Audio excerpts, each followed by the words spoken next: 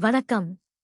நேரடி வருகை இல்லா ஆவணப்பதிவு முறையில் விற்பனை பத்திரத்திற்கான ஆவணங்களை பதிவேற்றுவது எப்படி என்பதை இந்த காணொளியில் எளிமையாக பார்க்கலாம். ஆவணங்களை பதிவேற்றுவது குறித்த இந்த எளிய வழிகாட்டி காணொளிக்கு வரவேற்கிறோம். ஆவணம் உருவாக்கப்பட்ட பிறகு உருவாக்கப்பட்ட ஆவணம்.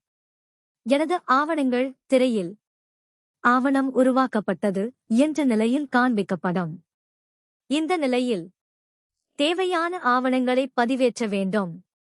முதலில் பதிவு பகுதிக்குச் சென்று ஆவணப்பதிவு என்பதைத் தேர்ந்தெடுத்து எனது ஆவணங்கள் என்பதைத் தேர்வு செய்யவும். எனது ஆவணங்கள் திரையில் உருவாக்கப்பட்ட ஆவணம் அதன் தற்காலிக ஆவண எண்ணுடன் காண்பிக்கப்படும். நேரில் வராமல் பதிவு செய்ய வேண்டிய ஆவணத்தை தேர்ந்தெடுத்து ஆவணங்களை பதிவேற்றவும் என்ற பொத்தானை அழுத்தவும். அதன் பிறகு ஆவணங்கள் பதிவேற்றம் என்ற திரை தோன்றும். இந்த திரையில் அடையாளச் சான்று, நில அமைப்பு வரைபடம், சொத்தின் புகைப்படம் மற்றும் தேவையெனில் குறிப்புச் சான்று ஆகியவற்றை பதிவேற்றலாம். இப்போது ஆவணங்களை பதிவேற்றத் தொடங்குவோம். முதலில் பதிவேற்ற ஆவண வகை பகுதியில் அடையாளச் சான்று என்பதைத் தேர்ந்தெடுக்கவும். அதைத் தேர்ந்தெடுத்தவுடன் ஆவணத்தின் பெயர் பகுதி தோன்றும். இப்போது பட்டியலிலிருந்து தொடர்புடைய தரப்பினரின் பெயரைத் தேர்ந்தெடுக்கவும்.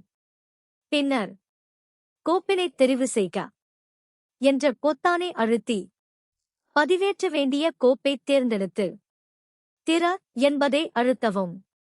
திற என்பதை அழுத்திய பிறகு தேர்ந்தெடுக்கப்பட்ட கோப்பின் பெயர் கோப்பினைத் தெரிவு செய்க என்ற பொத்தானின் அருகில் காண்பிக்கப்படும். இப்போது ஆவணத்தை பதிவேற்றுக என்ற பொத்தானை அழுத்தவும்.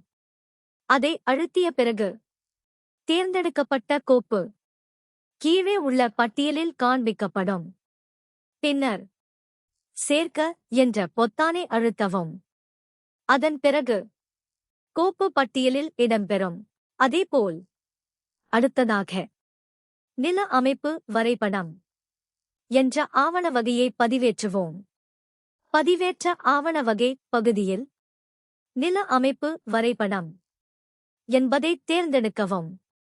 அதைத் தேர்ந்தெடுத்தவுடன் ஆவணத்தின் பெயர் பகுதி தோன்றும்.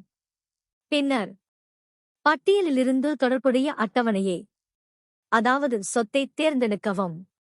அதன் பிறகு கோப்பினைத் தெரிவு செய்க என்ற பொத்தானை அழுத்தி பதிவேற்ற வேண்டிய கோப்பைத் தேர்ந்தெடுத்து திற என்பதை அழுத்தவும். திற என்பதை அழுத்திய பிறகு தேர்ந்தெடுக்கப்பட்ட கோப்பின் பெயர் கோப்பினைத் தெரிவு செய்க என்ற பொத்தானின் அருகில் காண்பிக்கப்படும். இப்போது ஆவணத்தை பதிவேற்றுக என்ற பொத்தானை அழுத்தவும். அதை அழுத்திய பிறகு தேர்ந்தெடுக்கப்பட்ட கோப்பு கீழே உள்ள பட்டியலில் காண்பிக்கப்படும்.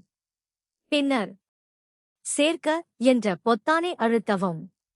அதன் பிறகு கோப்பு பட்டியலில் இடம்பெறும். அதேபோல் இப்போது சொத்தின் புகைப்படம் என்ற ஆவண வகையையும் பதிவேற்றலாம். பதிவேற்ற ஆவண வகை பகுதியில் சொத்தின் புகைப்படம் என்பதைத் தேர்ந்தெடுக்கவும். அதைத் தேர்ந்தெடுத்தவுடன் ஆவணத்தின் பெயர் பகுதி தோன்றும். பின்னர் பட்டியலிலிருந்து தொடர்புடைய அட்டவணையை, அதாவது சொத்தைத் தேர்ந்தெடுக்கவும். அதன் பிறகு கோப்பினைத் தெரிவு செய்க என்ற பொத்தானை அழுத்தி பதிவேற்ற வேண்டிய கோப்பைத் தேர்ந்தெடுத்து திற என்பதை அழுத்தவும். ஆவணத்தை பதிவேற்றுக என்ற பொத்தானை அழுத்தவும். பின்னர் சேர்க்க என்ற பொத்தானை அழுத்தவும். குறிப்புச் சான்றை பதிவேற்றுவது விருப்பத் தேர்வாகும். குறிப்புச் சான்று தேவைப்பட்டால் அதையும் இதே முறையில் பதிவேற்றலாம்.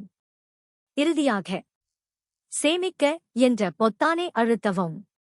அதை அழுத்திய பிறகு பட்டியலில் சேர்க்கப்பட்ட அனைத்து ஆவணங்களும் உருவாக்கப்பட்ட ஆவணத்துடன் இணைக்கப்படும். இதன் மூலம் ஆவணங்களை பதிவேற்றும் பகுதி நிறைவடைகிறது. நன்றி.